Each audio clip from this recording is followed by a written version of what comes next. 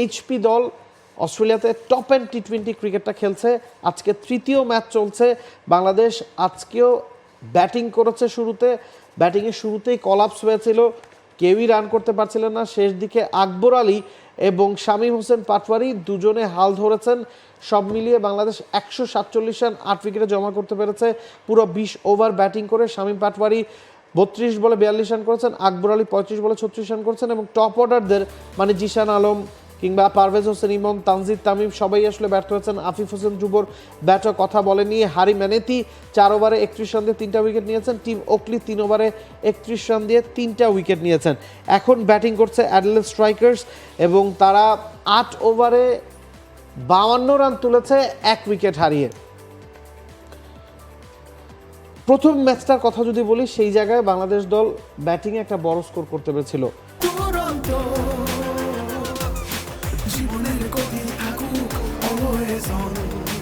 এরপরে প্রতিপক্ষকে মেলবোর্ন রেনেগেডসকে মাত্র 93 রানে অল আউট করেছে। আমরা ভেবেছিলাম দারুণ একটা শুরু বাংলাদেশ দল পেয়েছে এবং যেই ধরনের ক্রিকেটারদের বিপক্ষে ওই জায়গায় এইচপি দল খেলছে, সেই জায়গাতে এই ধরনের ডমিনেটিং জয়টাই আসলে এক্সপেক্টেড ছিল। প্রথম ম্যাচের স্কোর কার্ডটা যদি আমরা দেখি, সেই জায়গায় পারভেজ হোসেন ইমন রান করেছেন, হাফ সেঞ্চুরি করেছেন।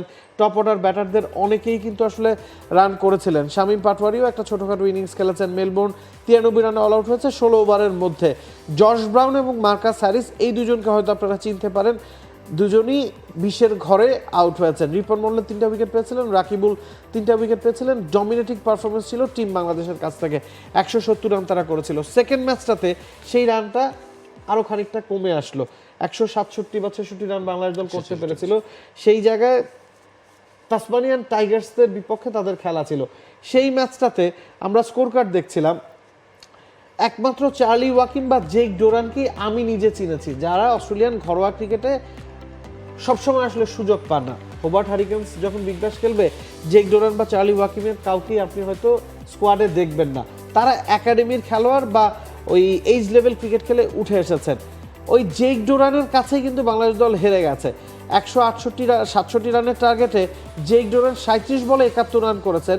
ওই একটা ইনিংসই বাংলাদেশ দলকে হারিয়ে দিয়েছে। পারভেজ হোসেন ইমন এই ম্যাচে টপ স্কোরার ছিলেন, 39 করেছিলেন। এছাড়া জিশান আলম 38 রান করেছিলেন। যেই দলগুলোর সাথে আসলে বাংলাদেশ খেলছে, আপনার প্রতিটা ম্যাচে ডমিনেটিং করে জেতা উচিত। সেই জায়গায় সেকেন্ড ম্যাচে হার, জেক ডোরানের একটা ইনিংসে। কি বলবেন আসলে এই জায়গাটায়? আমার কাছে মনে হয় যে আপনি যেটা বলছিলেন যে প্লেয়ারদের কথা, আমার কাছে মনে হয় এই জায়গায় একটা শুভঙ্করের ফাঁকি আছে। মানে যখন এইচপি দল অস্ট্রেলিয়া যায়, তখন আসলে বারবার বলা হচ্ছিল ক্রিকেট বোর্ড থেকে যে বিগ ব্যাশের দলগুলোর সাথে খেলা হবে, খুব কম্পিটিটিভ ম্যাচ হবে। কিন্তু আমরা কিন্তু আসলে দেখেছি যে বিগ ব্যাশের দলগুলোর আসলে একাডেমির প্লেয়ারদের সাথে ম্যাচ, এবং যারা মূল দলের প্লেয়ার তাদের আসলে খুব কম প্লেয়ারই আসলে এই দলগুলোতে খেলছেন। অথচ এদিকে কিন্তু বাংলাদেশ এইচপি যখন যায়, সেই দলে আফিফ হোসেন আছেন। সেটা নিয়ে অনেক আলোচনা হয়েছিল যে এইচপি দলে কেন আফিফ আছেন। তিনি জাতীয় দলে অনেক দিন খেলেছেন, রেগুলার খেলেছেন, বাংলাদেশের হয়ে টানা অনেক দিন টি20 ম্যাচ খেলেছেন। তার সবচেয়ে বেশি ম্যাচ খেলার রেকর্ড আছে টানা। এবং সেই জায়গাতে আফিফ হোসেনও এইচপি দলের সুযোগ পেয়েছেন। তখন নির্বাচকরা বলেছেন যে আসলে যেহেতু আপাতত ম্যাচ খেলা, তাদের জন্য এইচপি দল আসলে কি, এটা একটু ভেঙে বলা উচিত। জাতীয় দল হচ্ছে সবার উপরে, এরপরে এ দল, এরপরে এইচপি দল। তার মানে হচ্ছে সেকেন্ড মানে থার্ড টায়ারের দলে গিয়ে আফিফ খেলছেন। মানে একদম এই দলটাতে আসলে থাকার কথা যারা 19-20 বছরের প্লেয়ার, বা এই গতবার যারা আন্ডার-19 খেলে আসলো, কিংবা একাডেমির 2-1 প্লেয়ার, এইদের নিয়ে আসলে করার কথা। অথচ আফিফের মতো একজন এক্সপিরিয়েন্স প্লেয়ার আছেন, তিনি আসলে যেই ম্যাচগুলো খেলেছেন। আফিফের কথা বলছেন না, তানজিদ তামিমের কথা বলছেন না? তিনি তো ওয়ানডে বিশ্বকাপ খেলেন, টি20 বিশ্বকাপ খেলেন, শামীম পাটোয়ারিও আছেন। ফলে সবাই মোটামুটি আসলে এরা প্রায় আরো 4 বছর আগে আন্ডার-19 ওয়ার্ল্ড কাপ খেলেছেন। তারা সবাই অনেকেই ন্যাশনাল টিমের হয়ে খেলেছেন। তারপরেও আসলে তাদের পারফরমেন্স আসলে ওই যে বিগ ব্যাশের যে একাডেমির প্লেয়ারদের সাথে তাদের যে পার্থক্যটা, সেটা কিন্তু আসলে স্পষ্ট হয়ে যাচ্ছে প্রথম ম্যাচের পর। এবং স্কোরের সর্বশেষ আপডেটটা একটু আপনাদেরকে দিয়ে রাখতে চাই। 11 ওভার খেলা হয়েছে। অ্যাডিলেড স্ট্রাইকার্সের টার্গেট 148।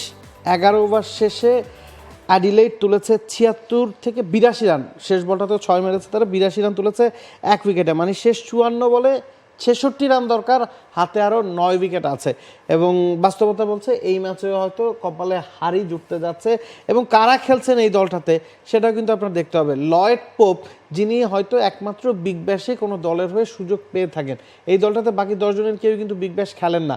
এখানে বিগ ব্যাশের দলের নামে খেলছেন আসলে একাডেমির প্লেয়াররা, যারা একাডেমি থেকে উঠে এসছেন এই দলগুলোতে তারা খেলছেন।